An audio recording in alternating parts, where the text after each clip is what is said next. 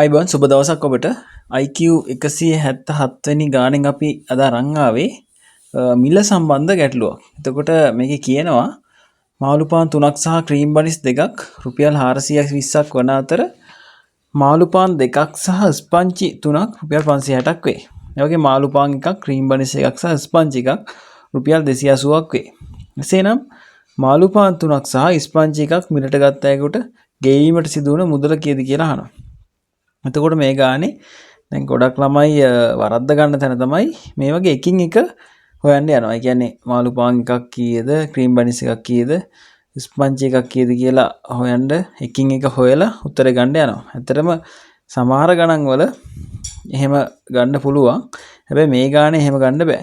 හරිද? හැම ගානෙම එහෙම වෙන වෙනම ගන්න බෑ.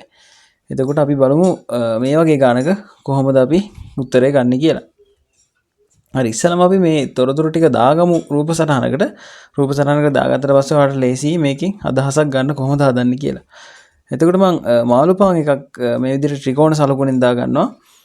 ඒ වගේම වෘත්ත ලකුණෙන් මම දා ගන්නවා ක්‍රීම් බනිස්. ඒ වගේම සමචතුරස්‍ර ලකුණෙන් මම දා ගන්නවා ස්පංචි. හරිද? එතකොට ඔන්න ඔය තුනෙන් මම දා ගන්නවා විස්තර ටික. කියනවා මාළු පාන් 3ක් සහ ක්‍රීම් බනිස් 2ක් රුපියල් 420යිලු. ඒ කියන්නේ ත්‍රිකෝණ 3ක් සහ වෘත්ත 2ක් 420යි. හරිද? ඊට පස්සේ මාළු පාන් 2ක් සහ ස්පංචි 3ක් රුපියල් 560යි. එතකොට මම ඒකෙත් විස්තර ටික මේ විදිහට දා ගන්නවා.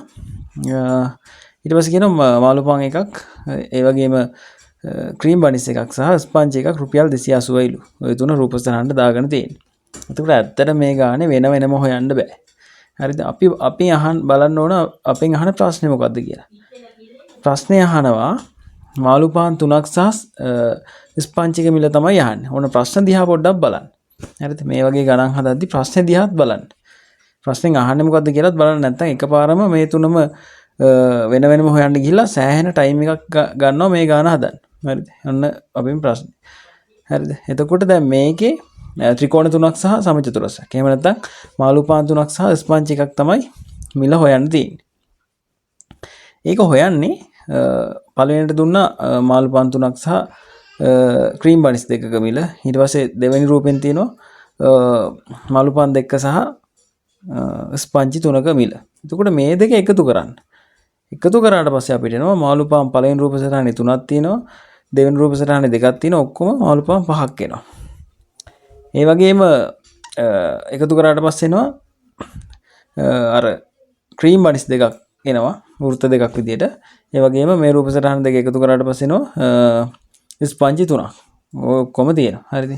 එතකොට මාළු පාන් 5යි, ක්‍රීම් බනිස් 2යි, ස්පංචි 3යි. ඔය විදියට අලුත්ම රූප සටහනක් අපිට එනවා. එතකොට 420යි 560යි දෙක එකතු කරාට පස්සේ 980ක් එනවා. එහෙනම් රුපියල් 980කට පුළුවන් අපිට මාළු පාන් 5යි, ක්‍රීම් බනිස් 2යි, ස්පංචි 3යි මිලට ගන්න. හරිද? මතක් කරනවා අපේ IQ PDF ෆයිල් එක ගැන. ඉතින් රජයේ විභාගයකට මුහුණ දෙන ඔයා වෙනුවෙන්ම හදලා තිනවා IQ PDF ෆයිල් එකක්. මේකේ ප්‍රශ්න 600ක් තියෙනවා. මේ ප්‍රශ්න 600ෙම විස්තරාත්මකව පැහැදිලි කරලා තිනවා පිළිතුර. හරිද? පිළිතුර ගන්න හැටි විස්තරාත්මකව පැහැදිලි කරලා තිනවා. එතකොට මේ ප්‍රශ්න 600 හැදෙන්නේ කෙටි ක්‍රම 100ක් තියෙනවා. රිවිෂන් ප්‍රශ්න සාමාන්‍යයෙන් 170කට ආසන්න ප්‍රමාණයක් තියෙනවා. ඒ වගේම මොඩල් පේපර්ස් 5ක් තියෙනවා.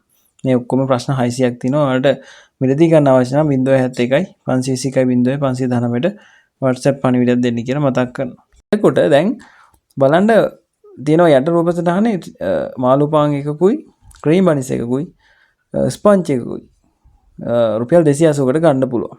බලන්න මේ අපේ මේ රූප සටහනෙත් බලන්න මේකෙත් තියෙනවා බලන්න මාළු පාන් එකයි, ස්පංචි එකයි, ක්‍රීම් බනිස් එකයි. බලන්න 280යි. මේ මම පෙන්නන විදිහට බලන්න. 280යි මෙතනත් 280යි. බලන්න. එහෙනම් ඉතුරු වෙන්නේ මොනවාද? ඉතුරු වෙනවා මාළු පාන් 3යි, ස්පංචි 1යි. හරිනේ. එහෙනම් බලන්න 980න් අර 3 ගානේ වෙන් කරපු දෙක අඩු කරන්න.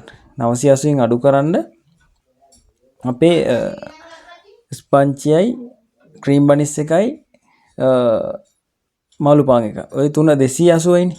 ওই 280 දෙකක් මේ රූප සටහනේ පේන විදිහට අඩු කරන්න. එතකොට අපිට එනවා මාළු පාන් 3යි, ස්පංචි 1යි මිල.